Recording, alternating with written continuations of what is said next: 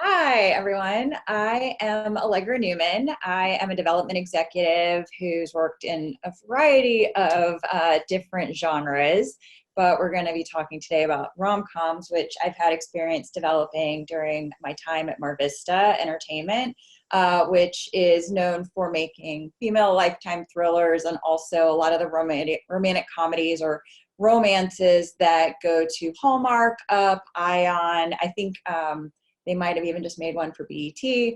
So we're well versed in the Christmas romance, the regular romance, and a little bit in the romantic comedy space, which of course I'll explain a little bit of the difference during the webinar.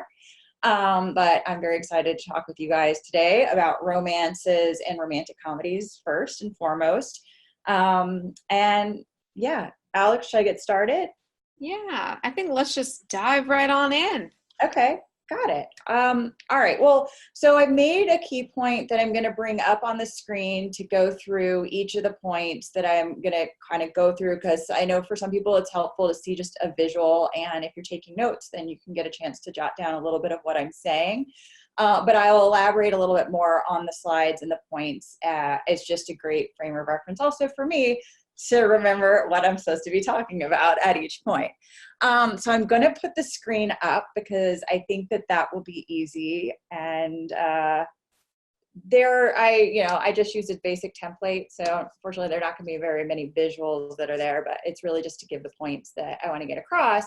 And especially the differences between the romance genre and the rom-com genre, because there are two different types of projects. But before we get into that, I think that it's really helpful for everyone who is interested in writing romances, rom-coms, Christmas romances, rom-coms, to know who the buyers are, the key buyers right now in the landscape, and a little bit about what they're looking for, because each one is slightly different. Going into it, I think that a lot of people, at least that I've mentored, and that a lot of writers that I've talked with are very familiar with the Hallmark Channel romances. And I would say that those are definitely romances versus romantic comedies. Hallmark Channel is typically looking for traditional romances with very light comedy for Christmas. They have a Winter Fest, which is when what they air in January. Summer weddings or summer romances, and also they have a fall harvest time as well. So they typically look for romances that are seasonal. Christmas being like they own Christmas. Every buyer right now is competing with Hallmark and wants to get into it. That's why even Netflix is now making their own Christmas movies, because Hallmark owns November and December. In terms of how many people go and watch their movies, they get tons, but they also want people coming back throughout the year. And that's why they've really branched out to these different seasonal areas. And Winterfest is usually things that are going to be aired, movies that are going to be aired during January and February that are centered around winter type ideas. MarVista had done one a year ago that was centered at a ski resort. So they're looking for that snow still and that cold weather, but they want to look for something that's a romantic setting that's not just Christmas focused. They also have a little bit of spring, summer weddings, of course, and summer escape in some way. And then they look for September and October, usually things that are going to take place in like areas where the leaves turning. They love festival type movies. If there's an apple festival, if there's a pumpkin something or another, but it's kind of all tied to the season. Lifetime is looking a little bit, their romances, but with a little bit more comedy, just slightly more. They're really looking mostly for Christmas. That's their big area of focus in the rom-com space and the romance space. But they also have been looking for opportunities to premiere movies that are about a little bit of escapism during the summer. So it might be set in a tropical location or have some sort of summery theme to it that feels a little bit bigger than what we might see in a small town summer on a Hallmark movie. So that's one of the things that they have been looking more for. Netflix has gotten into rom-coms for the young adults, for YA. They started to branch into Christmas a few years ago. They're also looking for diversity. So they really have a big focus on finding romantic comedies that even don't have to be just your traditional one, but they're doing different movies that focus almost like a less expensive version of Crazy Rich Asians, or diversity in many different cultures, ethnicities. So it's definitely something that for diverse writers is something to look at and think it doesn't have to just be a Hallmark type of story. And then they are looking for the traditional romances in the vein of Hallmark. I mean, Netflix has made it very clear that they're really going after every single potential audience. And they realize that there is a large audience at Hallmark and they want that audience. So over the last 2 years, they've really started to spend some money to put movies in development and to produce them that feel like you would see it on Hallmark. And that would be more of the traditional romance versus a little bit edgier, a little bit funnier on the romantic comedy side.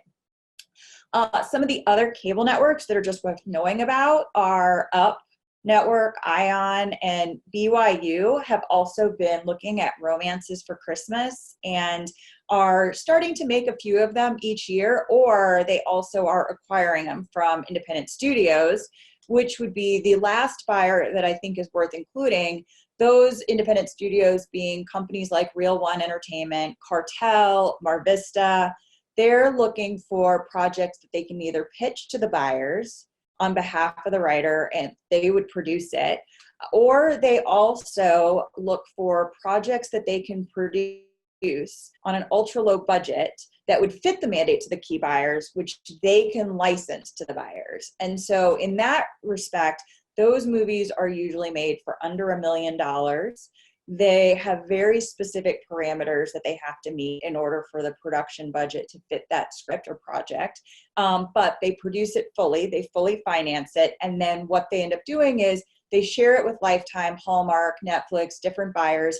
They sometimes end up in a bidding war on the project. But what they're ultimately trying to do is only give a license to the network or to the streaming provider, and then they're going to retain most of the rights, and they're also going to be licensing the project internationally to key buyers in France, England, Italy, sometimes Australia, Spain. So they have a little bit of a different way that they work with those projects, but they really need the domestic sale as well. So that's why it's really important to know the other buyers, because the lens through which they're evaluating romances and rom-coms are through the lens of, can we sell this to one of our domestic buyers? I mentioned that there are, that independent studios are also always looking at whether a project can be licensed for their international partners. They have, I would say that specifically with even now maybe Netflix, and as well as independent studios, they have a very, they want to make sure that not only will the project work for their domestic buyers, but that if they're retaining most of the rights to the project, it would also be something that they could put up on, they could either license to international buyers or put up on their international streaming platforms. So a lot of times now there's a huge focus on, will this work globally? Because that's where they're going to maximize their profit. And really all of these movies, as much as we love them for the entertainment, for the buyers and the financiers, they want to make sure that they're actually going to make money off of it.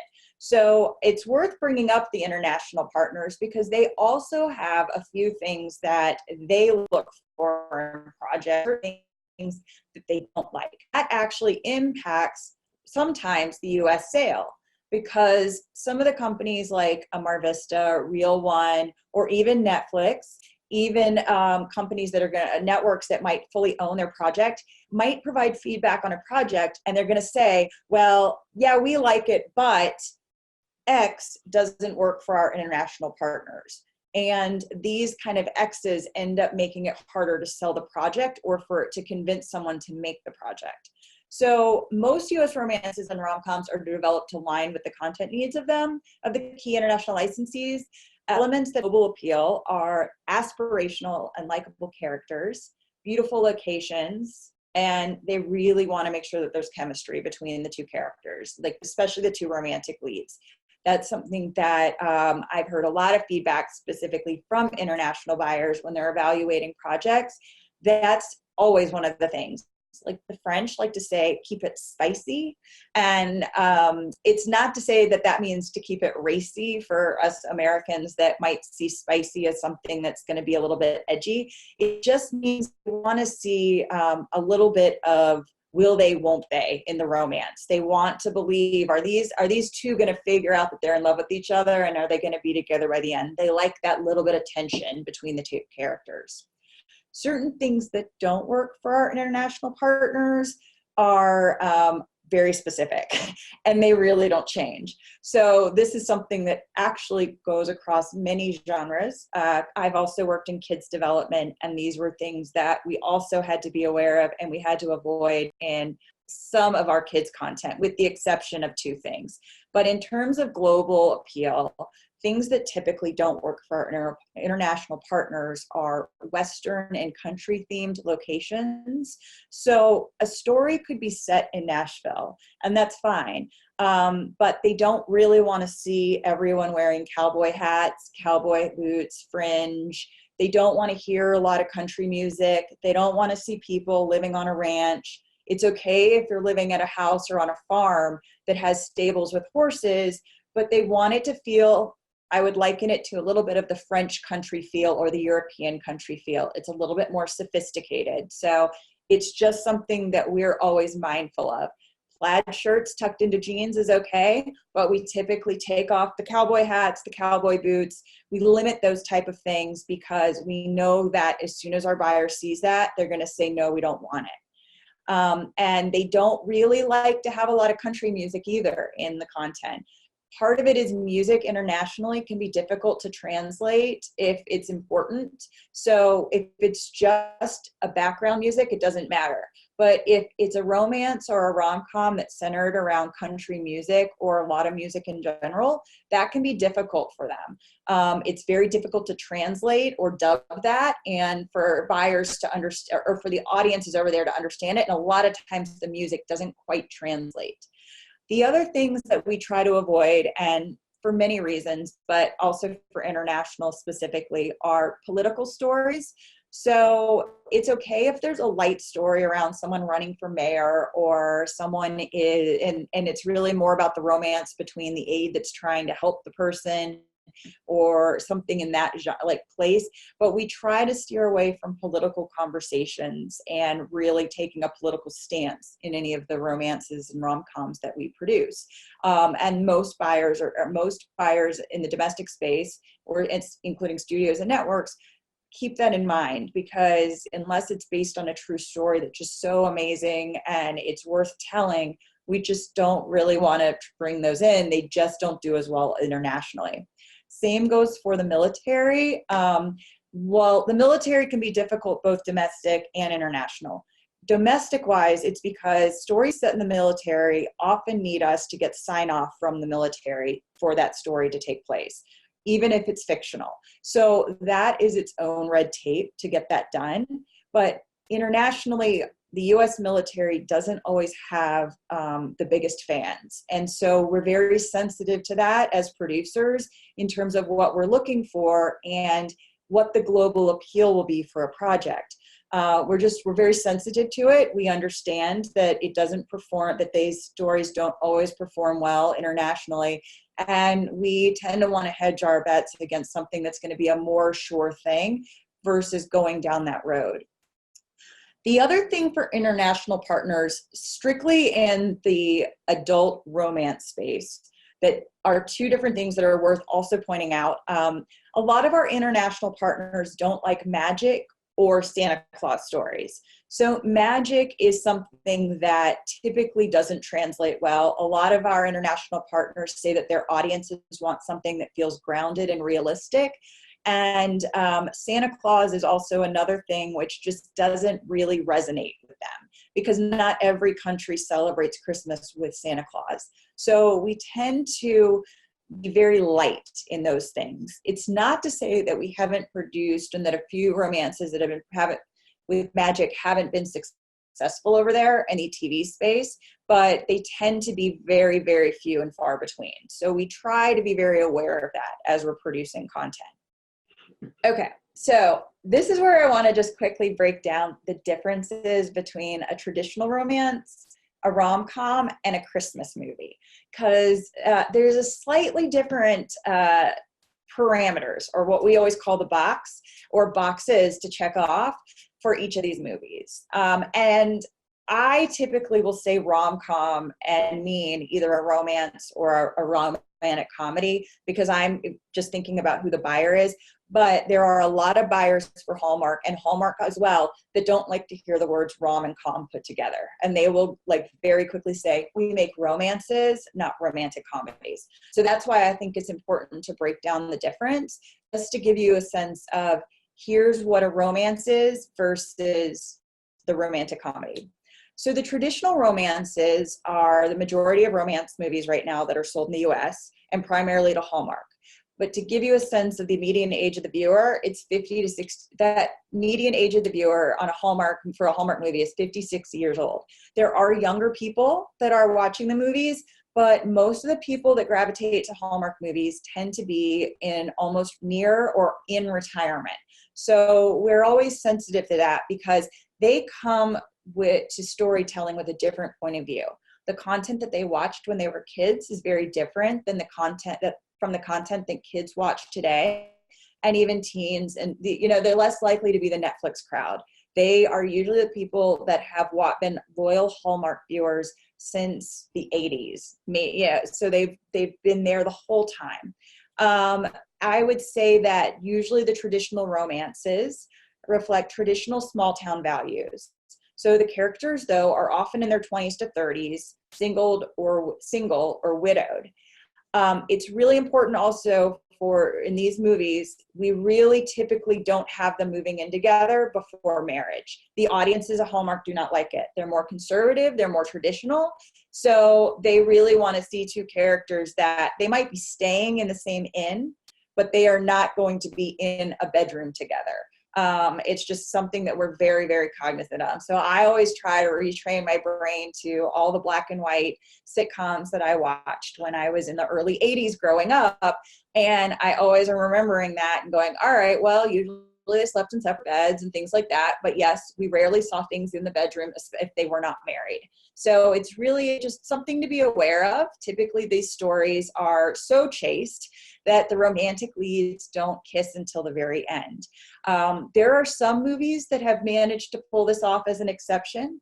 And for anyone who ever wants to watch or read a Twitter feed when this happens, the viewers go nuts, because they know the formula so well that if the characters end up kissing in Act 6 or Act 7, they are like, oh my gosh, did you see that? Did you see that? Because it's broken the mold for them. Now, they enjoy it every now and then, but they don't want to see it in every movie. So that's the other thing I always am likening to, as I go back to the Disney movies that I watched when I was very little.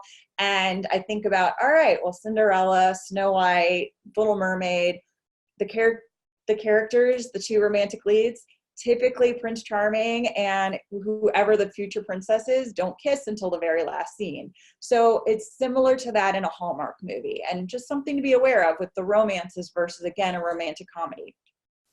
The stories are grounded and relatable, and primarily told from the female lead's point of view. So most of the movies are really about the female's perspective. She's the one who her life is going well, or maybe not so well in some aspect of it. But she's the one who's going to meet the guy. She might not initially like the guy very much, but then she starts to have feelings for him. A misunderstanding happens, and then she has to fix it. So that's something to just keep in mind for when you're pitching to buyers that sell to Hallmark.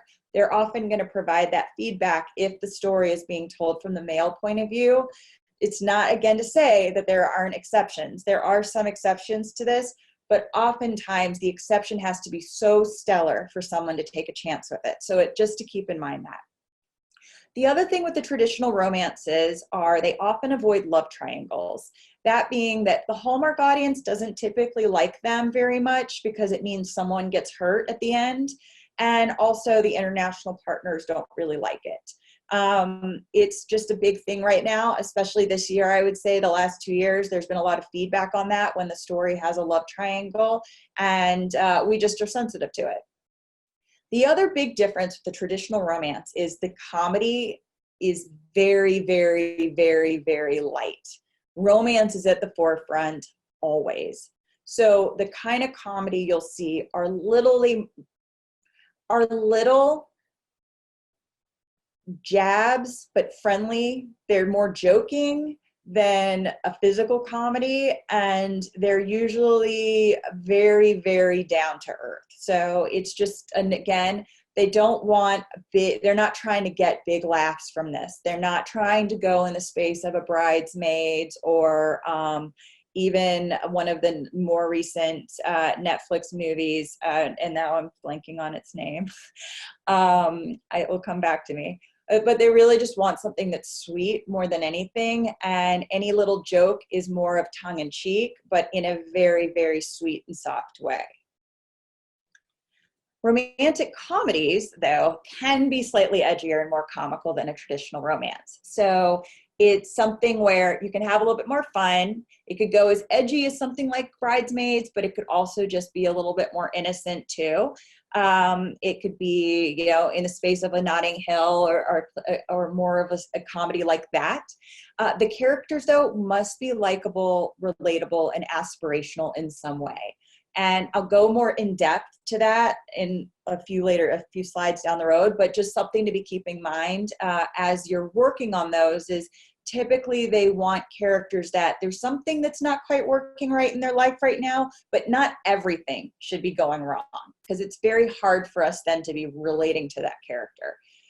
Diversity is starting to take center stage, as I mentioned earlier, and that is something that I think is worth mentioning, because for a long time, a lot of the stories that we'd see in content, both theatrically and on TV, were mainly centered around romances happening between a white boy and a white girl. And that is slowly changing. It is now becoming something where it's okay for there to be a mixed race romance. There's okay for us to focus on a specific culture or ethnicity within a romance. Even now, Billy Eichner is writing and working on producing the first theatrical boy-boy romance. So it'll be a big deal to see how that comes out and what the response is, because that's something that everyone in the industry is taking note of, is there's not just one type of couple, and it's not fair for us to, it's unfair just to focus on one kind of romance. There are romances that happen across the board, and we should be probably really trying to respond to that. Now, not every buyer responds to that. And so it's just important to know, again, who the buyers are that are. I would say that the streaming platforms and even maybe Lifetime are definitely taking more note to that right now and are broadening their horizons in this space. So those would be the buyers to take those projects to. The other thing with romantic comedies is they want them to feel more contemporary and modern than a traditional Hallmark romance, which is usually a little bit more small town, traditional values kind of thing. It's okay for romantic comedies to incorporate more technology, trends, and grounded situations that feel more relevant to people now than perhaps they did 30 years ago. So it's in those situations, those actually help you a lot in the buyers that are looking for that, is seeing if it's a YA movie, it should definitely be seeing these kids using social media in any certain way, whether it is Snap, whether it's they're tweeting, whether they're using WhatsApp, whether they're using a new app that we haven't even thought of yet. When you're writing to a specific age group, it's important to reflect the technology that they're using. So for an example, I've read scripts that have been written in the last 2 years where they have teens or kids, young adults, I'd say, in their early 20s on Facebook. And I can tell you that most kids are not on Facebook. They barely even use Instagram. Some of them do, but most of them right now are living on Snap, Snapchat, a little bit of Twitter, depending on what it is, but they're on WhatsApp. So it really does make a difference for us as executives when we're reading a script, for it to feel authentic to what teens or what YA audiences are responding to now. On the same token of this, or even on the flip side, I would say, if you're writing to a romance of someone who's in their early 30s, that person's probably more on Facebook and on Instagram than Snapchat. So it's just being aware of that, because it does make a difference in how we read it and how we're going to respond to the material if we feel like the character is being authentic. So that's just something to be aware of. But again, it's something just to note and to be aware of the trends that each age group is responding to, not even just beyond millennials versus Gen Z, but really looking at what are teens looking at, what are people in their 20s responding to, and how are people in their 30s acting, because we all are a little bit different. All right, and then Christmas. So I've definitely read my share of Christmas romances in the last couple of years. Christmas romances can also be romantic comedies if they are for a Lifetime or Netflix type audience. Even Ion and Up a little bit more in the rom-com space. But for Hallmark, Christmas romances are really just a romance, as described above, with Christmas as its own character in the movie. I want to say, though, Christmas is its own character in the movie, but it is not the first character in the movie. Christmas is always the runner in these movies. And a really good Christmas romance makes note of that and understands Christmas's place within it. Every scene in a Hallmark movie, every scene has something Christmas in the backdrop. If you study these movies, you will see it doesn't matter which camera angle that camera is pointed at, whichever character, there's always holly or a Christmas tree, or there's some kind of festive lights or presents. There's always something Christmas related in that movie.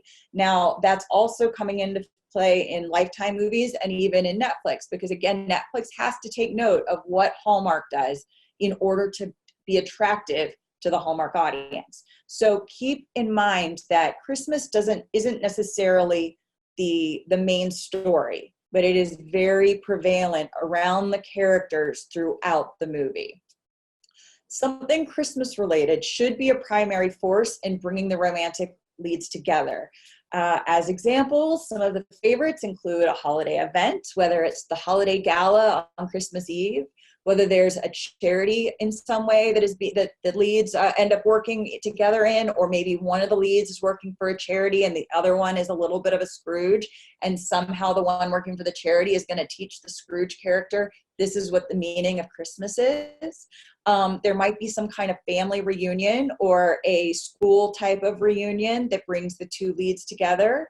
Or they could be working for opposing companies, whether it is that they work for Christmas tree farms or lighting factories that make the Christmas lights, or a certain toy provider or toy store. But something Christmas should be there within these characters' lives, and at least one of the characters must love Christmas. So our entry point of the story, again, usually the female, must love Christmas. We're not saying that she needs to be dressed like a Christmas tree. We're saying, though, that she understands the meaning of Christmas and she loves it for all the right reasons. And the right reasons are not the presents under the Christmas tree. She loves the spirit. She loves the peace. She loves all the warmth and joy that the holidays bring. And that's something that is really reflective in her character. And it's okay for her love interest to be less excited about the holidays, but she's going to help him catch the Christmas spirit as the movie goes. And by the end, we want him loving Christmas just as much as she does. Again, for all the right reasons. The primary story must center around the character's romance. So, there's one movie that MarVista did, The Spruce and the Pines. So it's a little bit of a Hallmark Romeo and Juliet, where she worked at one Christmas tree farm, he worked at the other. Their parents don't like each other, but these two fall in love. It's that kind of story that can work in the Christmas romance space. There's also so many other versions. So I really encourage people to know all the different kinds, because those type of movies, it's very versatile. It doesn't have to just be the Romeo and Juliet. Her family does one thing, his family does the other, and they're odds at each other. You just want to keep in mind that really ultimately the primary story is the primary story is the character's romance. The secondary story is what's ever happening at Christmas, which is bringing them together. Okay, so I want to go into the character a bit because character in romances is really, really important. There are a lot of scripts that we get and that I've read where the writing focuses too much on the plot points, and it's really just focused on, okay, the characters are going to go here and then they're going to be in here and then they're going to be here, and oh my gosh, this convenient thing happens that first brings them together here, but then it's going to tear them apart here. And the stories aren't that interesting. The main issue being they're just giving us plot.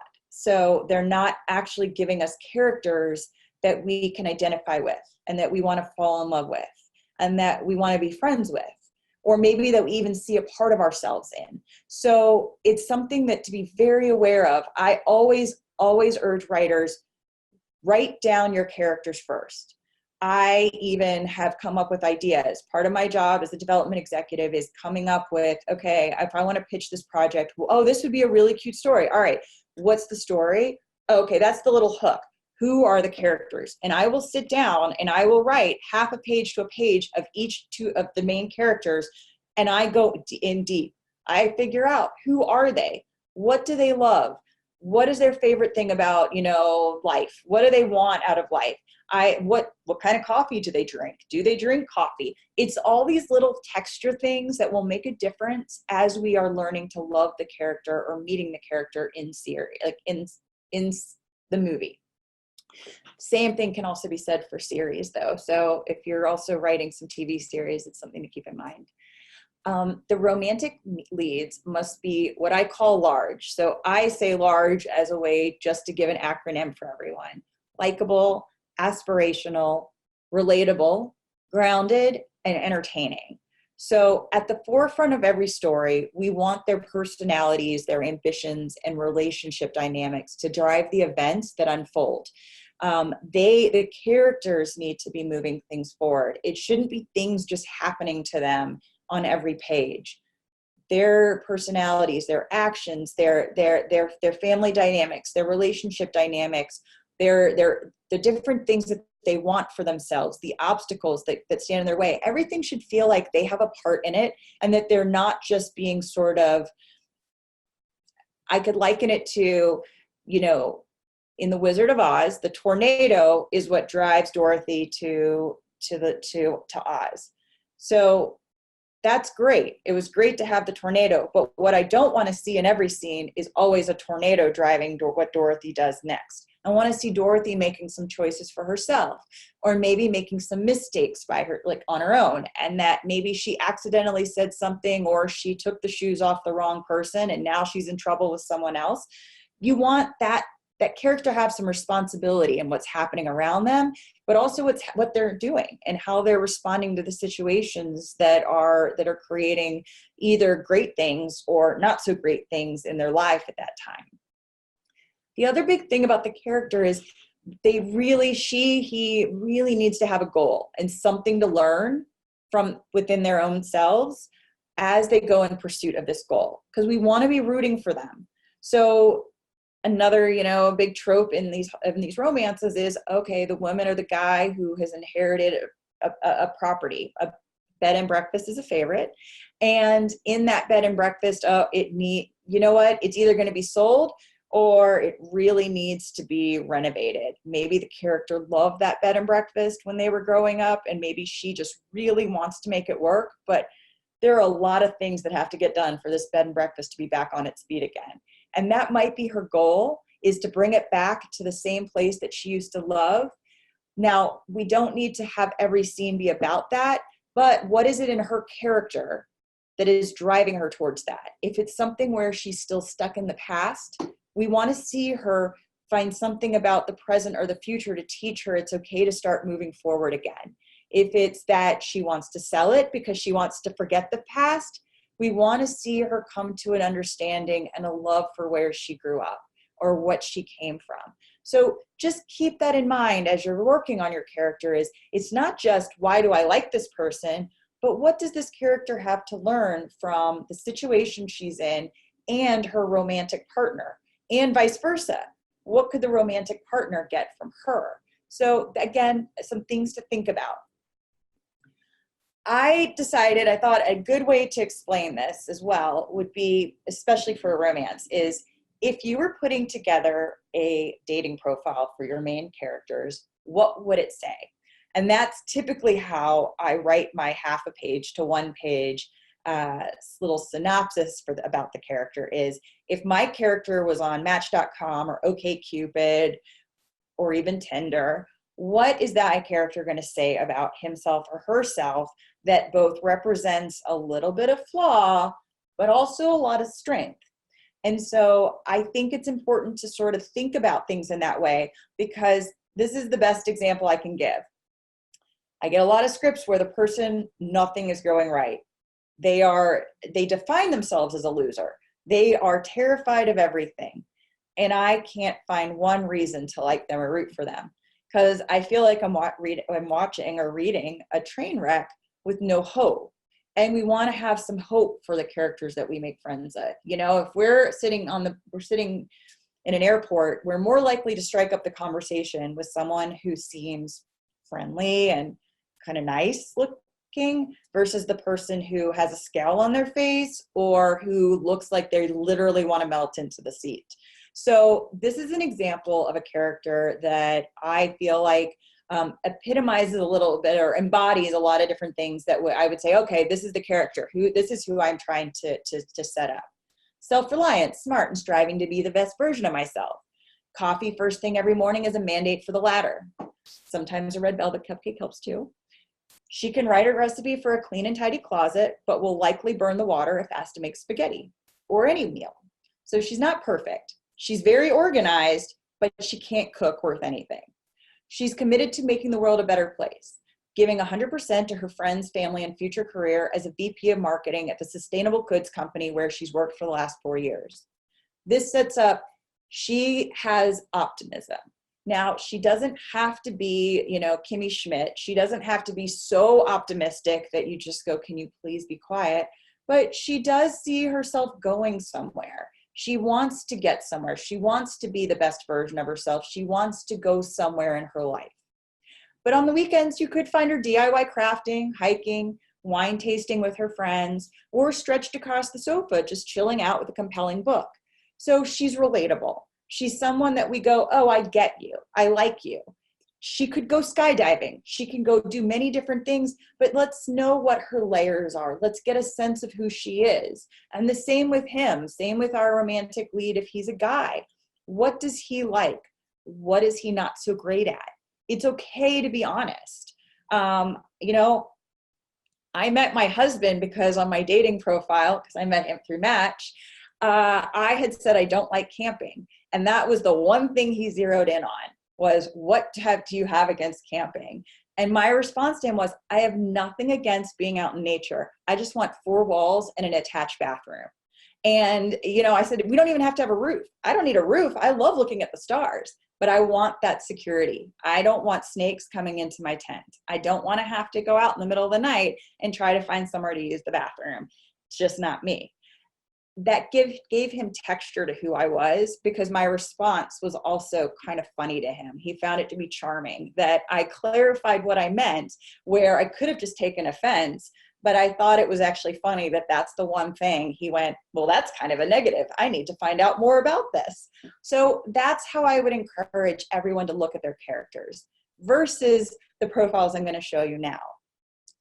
These are hardly the matches anyone wants.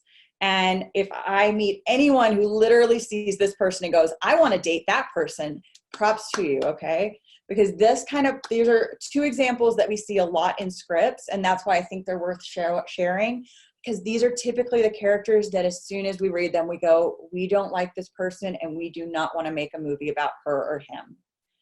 There's I'm completely self-involved, excellent at judging all the flaws of everyone around me. I don't really like people. They annoy me. I'm 100% dedicated to being the worst assistant possible, so my boss will promote me on no merit of my own. And who cares if I can barely find my keys, much less my favorite pair of shoes in the apartment I never clean? Isn't there someone else to do that kind of work?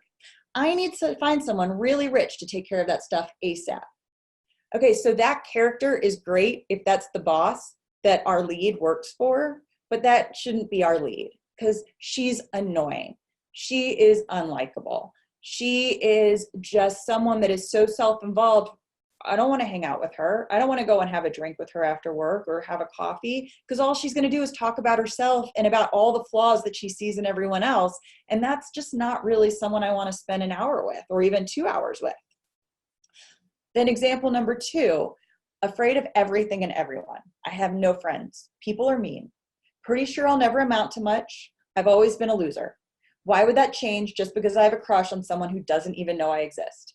Because I barely do? I think I'll go hide in my room now. We get a lot of scripts like that. A lot of scripts where the person is so much of a loser, we don't know why we would be watching them. We're watching a car accident and it's not fun to sit there. You know, you want to drive by it. You might look for a second, but you want to keep driving.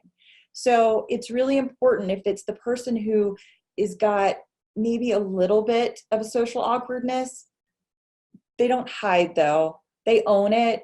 They're still trying to get out there and make the best of who they are and be the best versions of themselves. And yeah, maybe that crush doesn't know they exist yet, but it doesn't mean that they act like they don't exist. They realize they still have a self-worth and they have dreams, and they're going after those dreams with or without the crush. Now, if the crush comes along or there's an incident that brings this person and the crush together, that's great. We want to see what happens. We just also want to make sure that we really feel like, oh, I like this character. We all have our inner insecurities. Writers and creatives, oh my gosh, it's like they never went away. We still live in high school sometimes in our brains.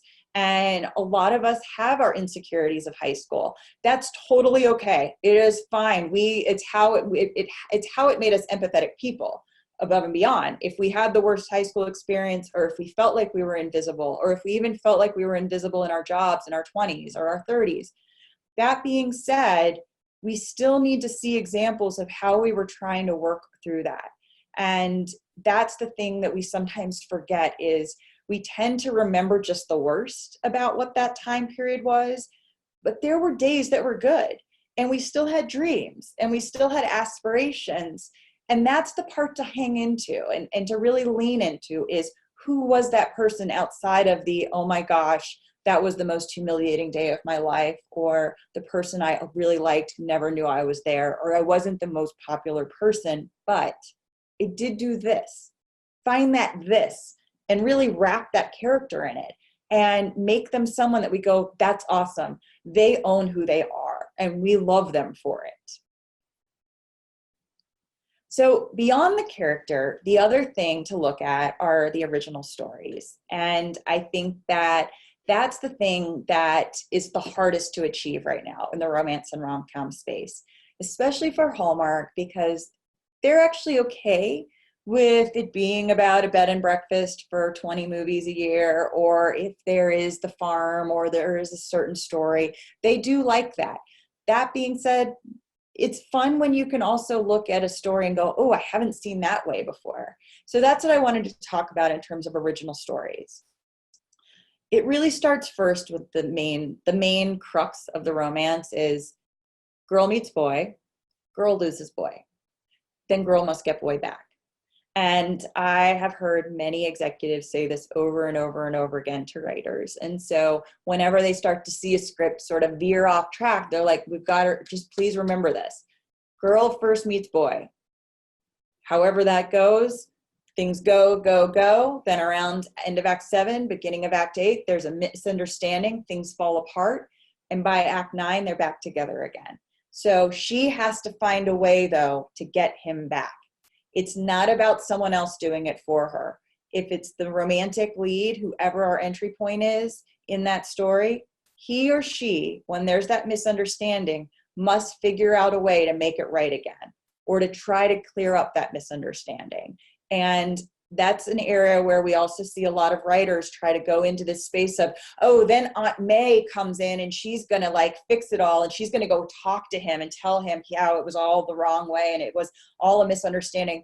No, it's one thing if Aunt May is in the coffee shop and makes a mention of the misunderstanding in a way that clarifies what it was. But Aunt May, it's not her job to fix the romance. It's if Sally is our lead, it's Sally's job to fix what happened and to fix the misunderstanding. And that's something just to remember as you're looking at your romances is we want to see the romantic leads take a proactive stance in the romance, and we want to be seeing them try to make it right again. The other big thing is that authenticity, and I can never say this word, so I'm going to try it again. Authenticity is a portal for original takes on old ideas. So in terms of looking for original stories, sometimes it's worth watching a bunch of the bed and breakfast stories or watching a bunch of one kind of Christmas romance and then thinking, how would yours be different? How would you make it different? What might you do or turn it around just a little bit to make it your own? And another big thing is it's okay to also draw a little bit from your own life.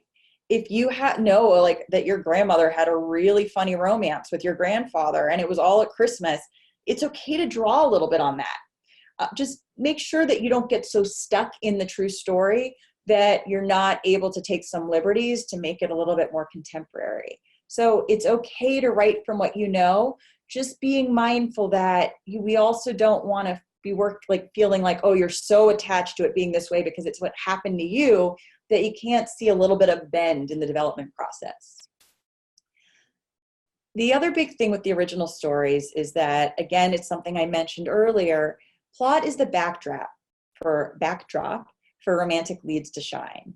It is where we, again, want the characters to be at the forefront, making the decisions, doing the things that either work in their favor or work against them. Sometimes the obstacle might be something that's related to work or a situation that's going on, but we want to avoid the convenient events and situations fixing the character's problems.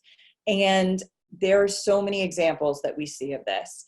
There are examples of, she goes into work and then she's got a date, but then, conveniently, her boss, who has never asked her to work late her entire life, suddenly needs her to work late tonight because the most important job in the world, which is never explained, has to be done right now.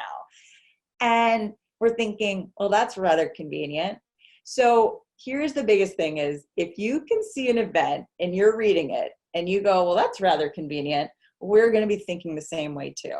We want to believe that whatever gets in the way of her getting to meet to him is something that she has a part of, that the lead character is in some way responsible for, or that whatever happens, it is not just that suddenly the bus conveniently stopped working.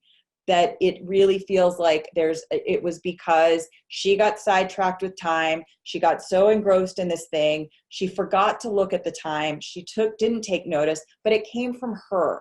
It came from her making a mistake or her flaw in some way, preventing her from getting to him when she needed to, or when something goes well, same kind of thing.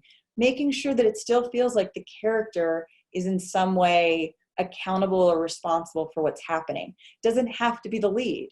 It could be that it is a sidekick or that it is a boss, but we just don't want it to feel like that person conveniently showed up when that person needed it and then conveniently didn't do something when we needed something to go wrong. So it's just about making sure that the characters are using their wits and personal abilities to overcome their obstacles instead of the situation just suddenly magically working out right.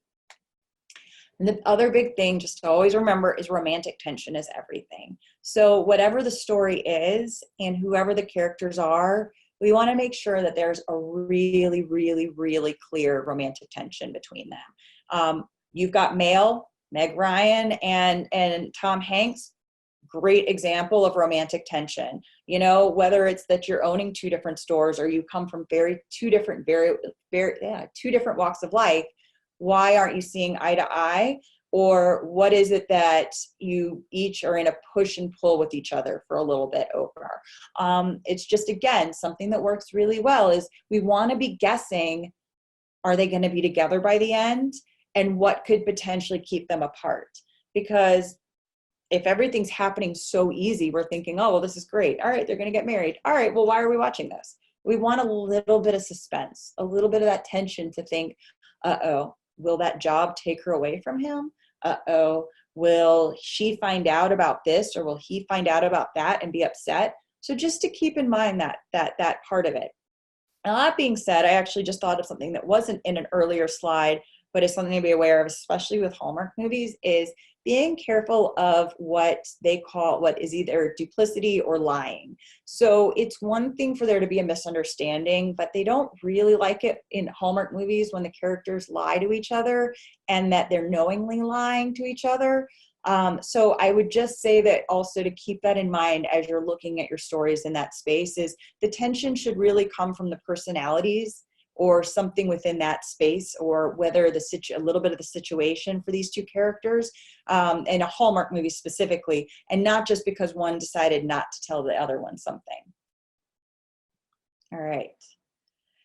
And then the last big thing to bring up, which I've already said, is that, but I want to kind of hone in on a few things with it, because this is, I think, really important only because the entertainment industry is going through a very deep self-analysis of itself right now, and especially in how we have approached creative stories and content in the past and how we want to do it in the future.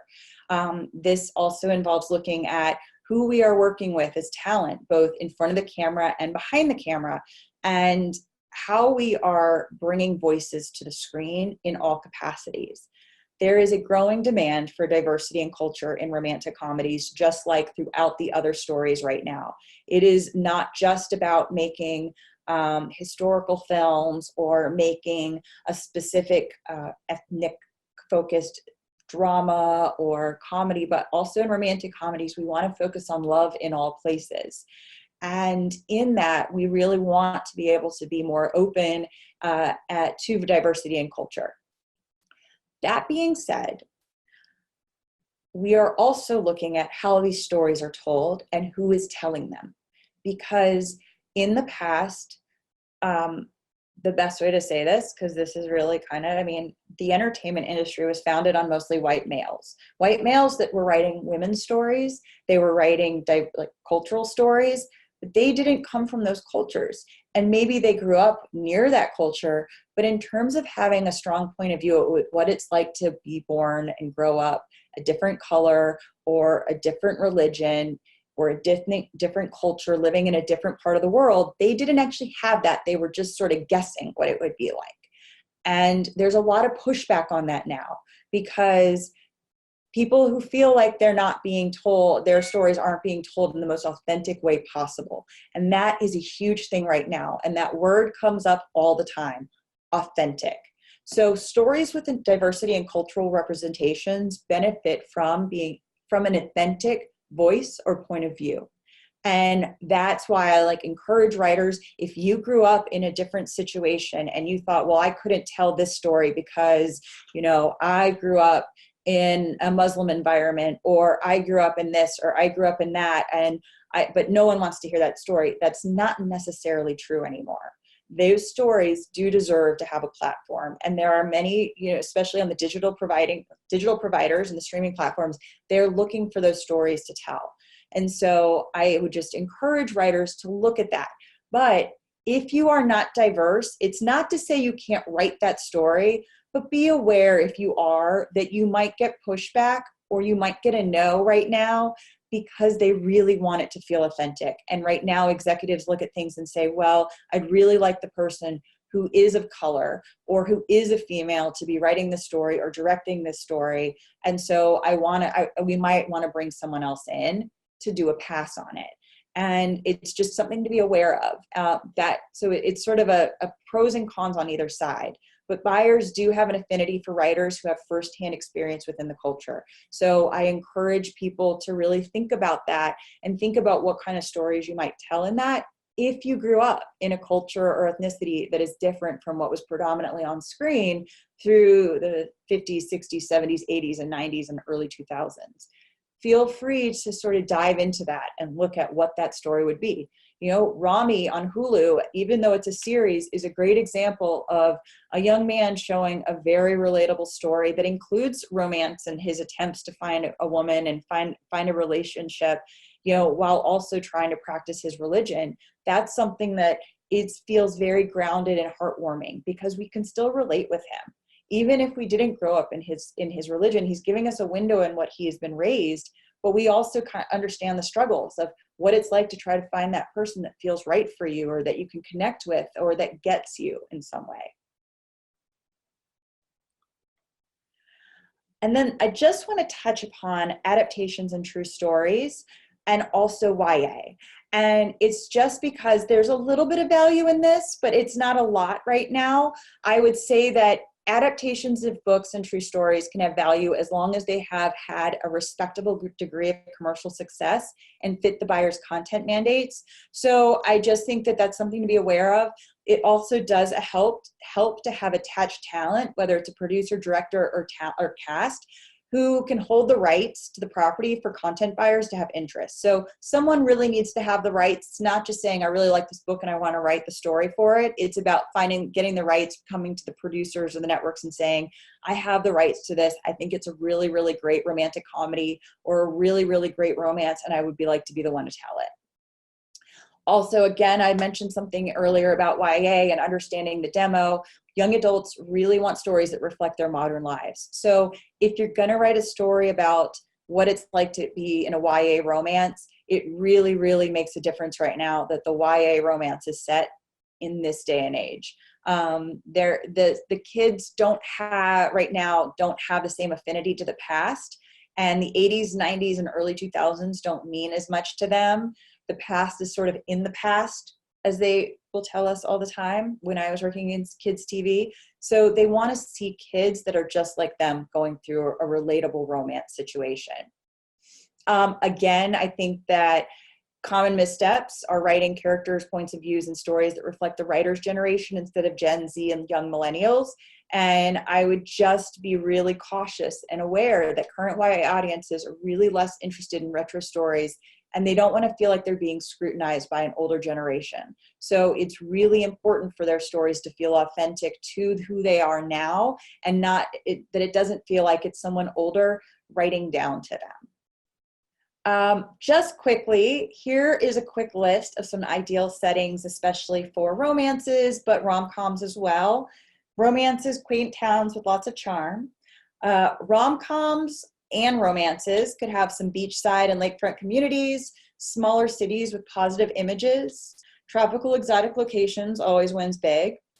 They really like beautiful homes and beautiful apartments. Characters should feel like they live in something that is an aspirational place where you'd go, oh, I like her apartment. I want to live in that apartment.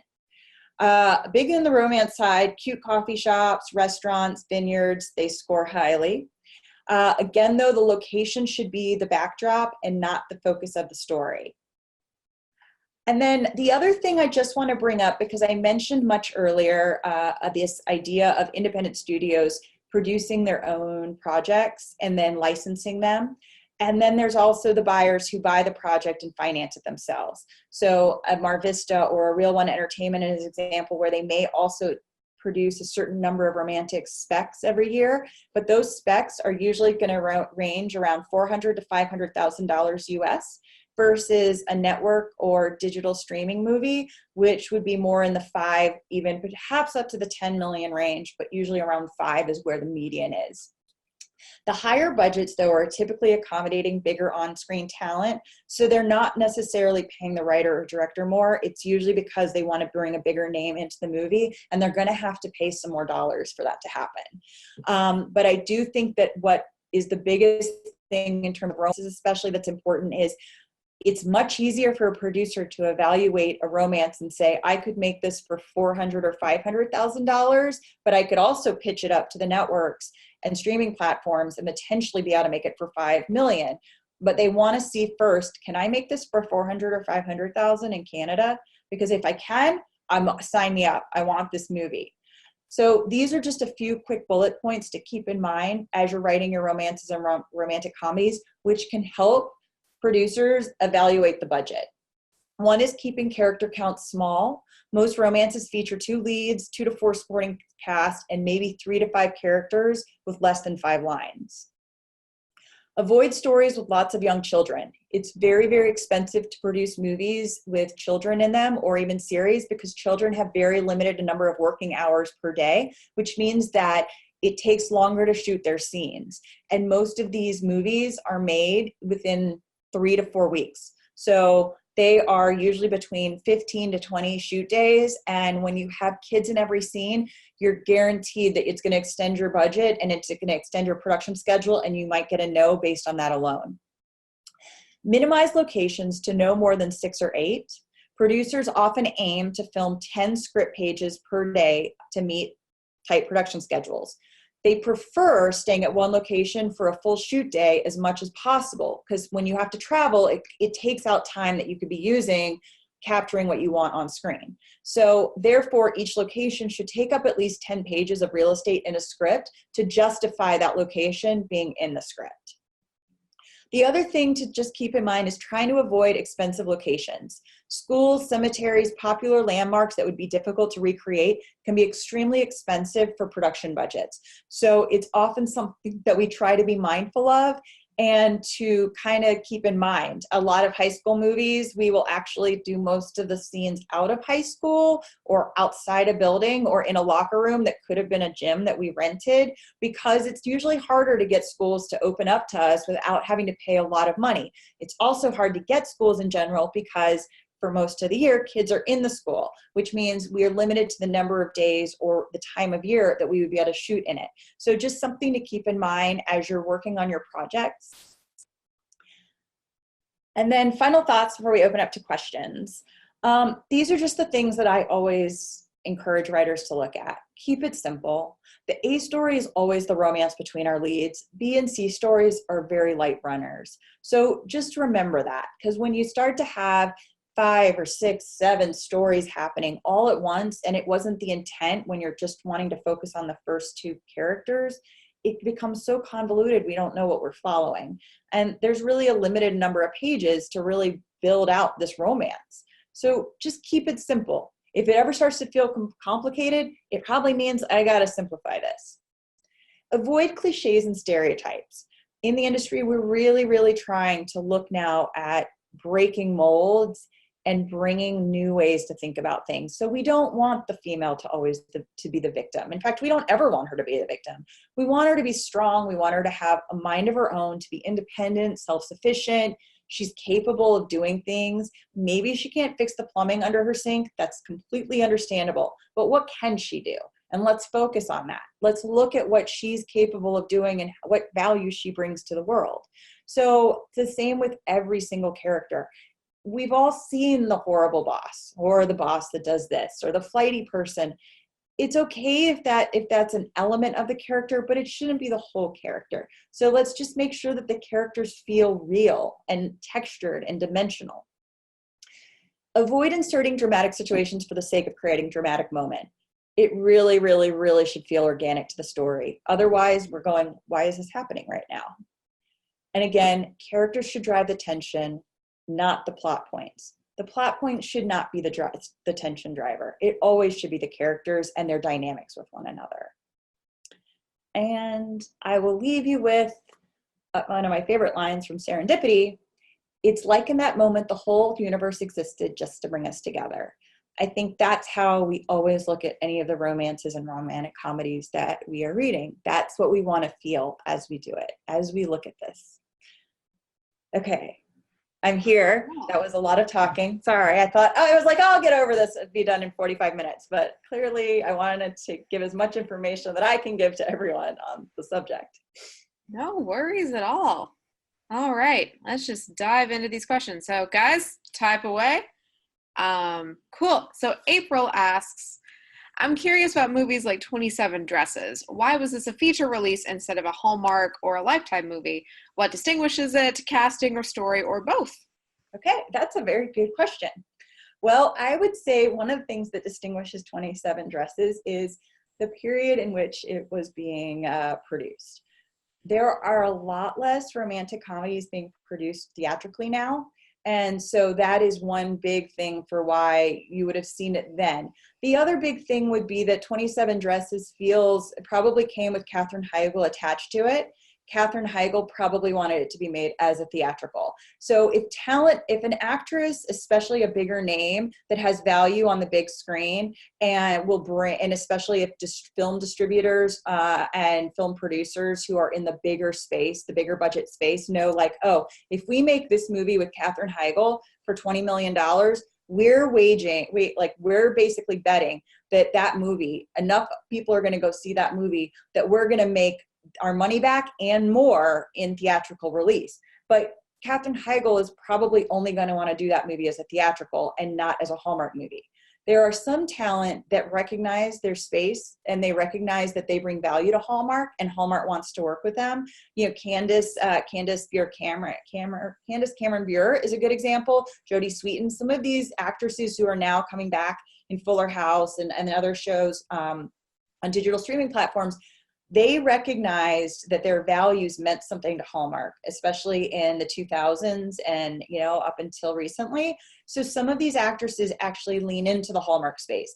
Some of them don't because they want to work in a theatrical space and they have gotten to a point in their career where they can have that sense of independence and control over where their movies go. So I would say that most likely with 27 Dresses, that was something that either Katherine Heigl was attached to or a theatrical producer had that project and approached her about it.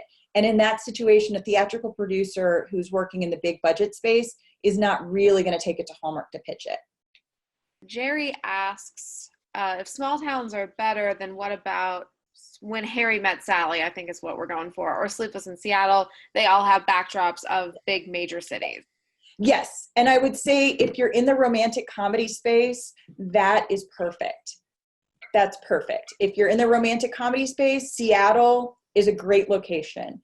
I wouldn't say that for Hallmark it works. So I would say that for Hallmark in the romance space, it's really about a small town. The other thing, though, that we are trying to kind of look at is what are the stories we can tell in small cities that don't necessarily get covered a lot, because it's also something that producers sometimes look for is just something that feels different. When so many stories are told in New York and LA, it gets a little bit tiresome. Seattle, when Sleepless in Seattle was made, was not a very popular, I mean, it was popular, but not the way Seattle is now. Seattle is now a name because Amazon took over an entire city and everyone knows about Seattle at this point. But I would say that in the 90s, it was a place you'd go visit, but it wasn't necessarily like a top destination for even international tourists. So if you were putting Seattle in a movie, it was like, oh, okay, that's nice. Seattle, definitely, they have a place. It's not to say that the bigger cities don't have a place in any of these movies. Yes, Miami, you know, Dallas, you could go, San Francisco, all of these cities can definitely be used. In a Hallmark movie, it's going to be harder to sell them on this. I would also just say that for some budgets right now in the content space, it's hard for us to recreate San Francisco and recreate certain cities if we have to shoot it in Canada or in a tax incentive state. So it's just to be aware that a lot more of these romances are being made in areas where it's less expensive to produce them, and they come with a few limitations. There are certain movies still produced up in those cities. I'm just going to say that the majority of them are looking for what could look like a Nashville or a Memphis or, you know, a smaller place. What could we cheat? All righty. So Suzanne asks, why do you think Crazy Rich Asians was a big hit in America? I would say probably a combination of things. I would say that one part of it is here's where I will go. Based on the trailer alone, when I saw the trailer, I went, that movie looks like a lot of fun. That movie has aspiration written all over it. Doesn't matter what race they are. That is the fairy tale. You're dating a guy and then unbeknownst to you, you find out he is one of the richest men in the world. I mean, that is like winning the lottery, but he chose you and he loves you. But now you have to go and meet his parents. I think that there is an aspiration and a dream-like quality to that romance that we can immediately gravitate towards and go, oh man, to find out that the guy is a millionaire. I once read there was a news article of this guy, he had won the lottery.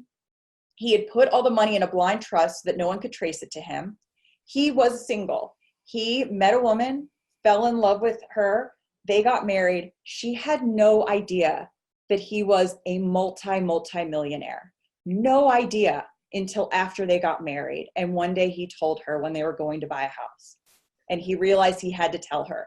Now, would I say that that's an awful lie? I'm like, well, there's some dishonesty there. But what he wanted to make sure is that she loved him for him and not because of his money. And that, I think, is genius. Like, I went, that's amazing. So I think that Crazy Rich Asians, there's a sense of that. There's a sense of romance that is fairy tale-like. It's a little bit of Meghan Markle and Prince Harry. There's a little bit of that feeling to it.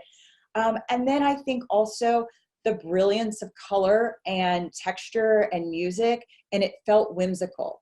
It felt like something we hadn't seen in a long time. We also don't get a lot of romantic comedies in that kind of softer space that are for a broad audience in theaters anymore. So I think that there was a sense to me, it's a little bit of like the Joy Luck Club, where audiences really wanted to go and escape in a beautiful romance that looked so vibrant and colorful and wealthy and in this exotic location. Didn't matter if it was Singapore or who the ethnicity was. What mattered was, this is fantastic. Like, I want to go there. I want to be in this life. So that's why I think it did well. Right, cool. Okie dokie. So Cheryl asks, while it sounds like this isn't your genre, I'm curious about Black comedies with a romantic element and how that fits in the marketplace right now. That's more of like, I think the independent film space is really the true indie. Like, if you're going to go into the film festival circuit, that's really the only space right now for them. They're a little bit harder to sell.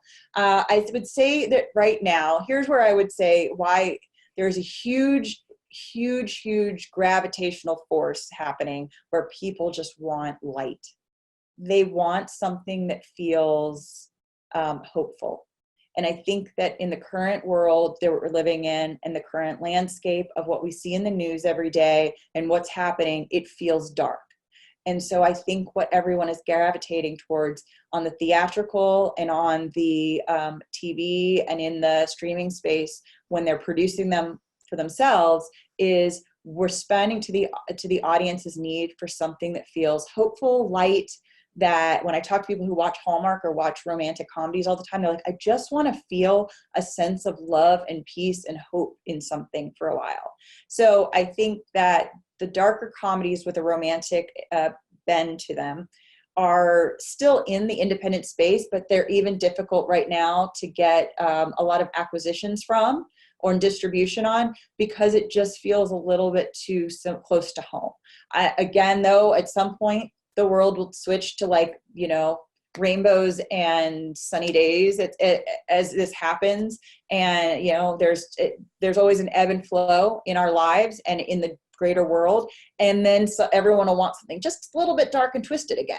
So that's just where I would see it right now. All right, cool. So Mary asks, I live in San Francisco Bay, and there are so many small towns with character. Does Hallmark shy away from making things in California or setting things in California? A little bit. I would say that, or if it's in a small town in California, if it's a small little farm town, they might go there, or even a seaside town is okay. But here's where California is difficult for Hallmark and most of this space right now. One, there is a slight, I would say, from the Hallmark audience, a less of enthusiasm for Californians and for California in general, because we're a bit more progressive and we represent something different. Everyone always only sees LA or sees California as LA, San Diego, and San Francisco. They forget that most of our state is actually beautiful farmland and really quaint towns. So it's one of those things where, on the viewpoint of it all, if we're going for Hallmark, they want something that feels a little bit more Midwest or Southern, because it feels a little more familiar, or even New England. The other thing, though, with California is that, since if you are going to do sort of a rural area, it feels like more broader audience is going to understand the rural area if it is in the Midwest, or if it is in the South, or if it is in a small, quaint New England town, than in California, because of just their views of their perception of what California is. It's also expensive for us to produce and cut. movies in California. So a lot less movies in the Hallmark and romantic comedy space are actually filmed here. Most of them are filmed up in Canada or in Toronto or Vancouver or Toronto, because it's a lot, the money, just the dollar stretches farther. So that's, I think, the other unfortunate reason is just budgetarily, California, it's very difficult for us to produce a movie at a reasonable budget here. Right. Cool. Jerry asks, could you expand on your thoughts about music? Is that out of place more in Europe, or is that also to be avoided in the US? Jerry, do you mean musicals or putting music in a show? Musicals.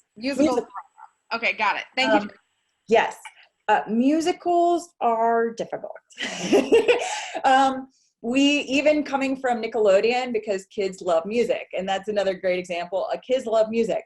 Anytime there was music, they go, and because Nickelodeon, Disney, a lot of them, they want to also put them all around the world. The hardest part is the translation. Typically, when we write the lyrics in English for American audiences, when you try to translate them for the young audiences or for audiences over there in other countries where English isn't the primary language, whether it be in Asia, whether it be in Europe or South America, the hard part is sometimes it doesn't translate very well. And if it's a musical, musicals tend to share part of the story in the musical itself. And so that's where it really has to be a very, very specific musical. And most likely that musical is going to become a theatrical for it to be done, to be produced. Disney has managed to figure out a way to sometimes make these movies and some shows, usually movies though, that have music that they can sort of translate for their international audiences. But Disney also has like a super deep global, like, you know, they have their own, it's like it's almost like their international CIA to be able to work out how to make that project work internationally as well as domestically. So they take a lot more time because they're really building an IP and a brand out of that. In terms of just your general romances, rom-coms, and things like that, the musical side is very difficult if they're looking to make money on it, because it's going to be harder for it to translate it into an international audience or to a country where English isn't the first language. All right, cool. Okay, so Susan asks, what are the best romances to watch as good examples for learning? Oh, good question. That's a really good question. Let's see here. If I was going to say in the romance side of it, on the Hallmark end, funnily enough, one of the movies that MarVista produced earlier in the year, Love in a Bottle, did really well. It aired in April, and they really, really loved it. In fact, they loved the script so much that in the movie, they weren't planning to produce the movie until potentially the summer. And then they decided that they wanted to move it up and make it a spring movie. And they ended up deciding to, like in January, they called up MarVista and said, we want this to air like April 12th. The movie they hadn't even cast yet. So they made the movie, within 4 weeks, pre-pro was done. They started shooting in February. They delivered the week or 2 or 3 days before April 12th, and they just loved the movie too. That's a good one. I'm trying to think on the Christmas side. There's a few of them that I would say on Netflix, The Christmas Prince is a good one for the Netflix space. And that's just, I would say that these are the movies that audiences are responding to and that they're really loving those movies. So that's one that's done really well. In the YA space, there's one, and pardon me, I couldn't think of it earlier. There's a couple that in the YA space for Netflix, To All the Boys I've Loved Before is done really well. And then the other one, The Kissing Booth, that's the one. The Kissing Booth also, I think, is just it's funny because that, for modern audience, for an audience my age, I can appreciate it because it has a feel of the 80s, but modern audiences, like the contemporary YA audience, loves it because of the romance feels so relevant to them right now. So that's also another one that is worth watching. And then the other thing that I tend to say, because I'm not very good at, there's hundreds of Hallmark movies and they all kind of go in my head and come out. But what I do as a cheat whenever I want to see what's performed well and what their favorite movies are is I go online to some of the blogs from the Hallmark writer, like the Hallmark bloggers, and they tend to list some of their favorite romances and some of their favorite Christmas movies. And I notice that the same ones get repeated several times, and I go and watch those because I want to see what were they responding to? What did they really like about it? And that's, I think, like my easiest cheat that I would say. I've heard that there's also a couple Hallmark websites, not Hallmark owned websites, but it's like the fans and different Hallmark people write about, or Hallmark fans and different Hallmark viewers write about the movies they really like and the ones they're responding to. And Hallmark actually goes and reads those websites. I can't think of what it's called off the top of my head, but I think if you Google Hallmark blogs or Hallmark, you'll start to get the ones. It should in your Google, your search engine should come up with the ones that are more popular. And there are ones that I know that after a movie premieres, Hallmark goes in to see what everyone says or what those people were saying about it. Because it's usually like a group of people running the blog, and they take them really seriously. So I'm sorry, I'm having a hard time thinking of them all right off the top of my head right now. The other one that I really liked that I thought was just cute was The Snow Princess for Hallmark. It was done in 2018. I think it came out. That one I thought was just a really cute story. A girl who is a princess, but no one knows it, she wants to have a little bit of a normal life, working at a ski resort. Her father has told her it's time to come home. She's taken on this one more task at the ski resort. And at the same time she's there, her boss's brother, who co-owns the resort with her boss, shows up, and they don't quite get along initially, but he figures out that she has a secret. And once he figures that out, he's holding it over her a little bit, but then they also start to fall in love. So it's a cute story. It's a little bit, to me, it's very simple and it's very straightforward, but it's just got a very cute little twist to it. I think that I helped a writer recently pitch something. I'm no longer at MarVista. I'm actually doing independent producing right now and independent consulting for a variety of companies. And I took one writer into Real One, and he had a title. I can't remember what it's called. The Arctic Prince. He hadn't even said the logline yet, and they said, "Sold, we're buying it." And he went, "But I haven't actually pitched it yet." And they said, "Oh," he goes, they said, "Just title alone. It's got Prince in it. We're in. We're going for it." I mean, he pitched the rest of it, but they do like things with a prince or princess element, especially when there's a secret to it, or that it's an unconventional. You don't know that the person is a prince or princess. And then I also had heard a few other different ideas recently where people were taking things just different ideas, and you kind of make it slightly. I can't even think of a few on the top, but I went, "Oh, that's clever." There's just looking at sometimes even your favorite reality shows and thinking, how would I make that a sweet romance if I could? Just the two characters that I like. Yeah. All right, cool. So I think we probably only have time for one more question. So we're going to go to Shari for this one. Okay. She asks, is there a place where we can access Hallmark scripts in particular? The WGA library does not have much. Yeah, most of the Hallmark movies are written or are licensed from companies and from independent studios, and most of those independent studios tend to work with non-union writers, so they're not always required to register the scripts. Or the other part of it is that the script might have been written under a different name, and then the title of the movie changed when it went to Hallmark or Lifetime or wherever it went. So sometimes it doesn't quite match on the script. I don't know if there's really a resource for it. Even on the blacklist, typically romances and rom-coms don't go up there very often, not a lot of them. So it's a very good question. I'm not actually sure if I know a place.